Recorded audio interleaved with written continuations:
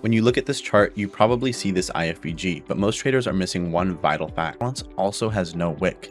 This is another form of an imbalance in the market that pulls price up. When we see this combination of an IFVG along with a wickless candle, this is a very high probability trade to target that imbalance. Not only do we form that upper wick, we also distribute to new highs. That same example is present on this chart. See if you can spot that wickless candle. Here we have that FVG that held but was inversed on this candle.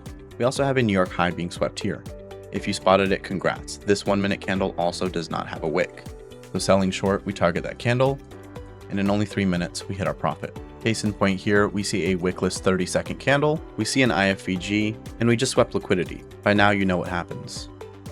So anytime you see an IFVG, you have proper context, and then you see that last cherry on top being a wickless 1 minute or 30-second candle, this should be a very high probability trade for you.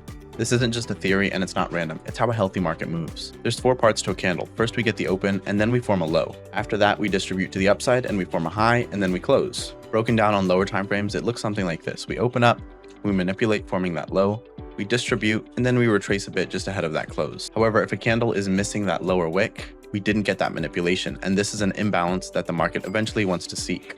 Context when you're taking trades is important, and I call this process DDE. That's draw, delivery, and entry. And in this case, that 1 minute wickless candle was our draw. If you want my complete 12-page IFVG trading guide, just comment DDE and I will send that to you in your DM for absolutely free.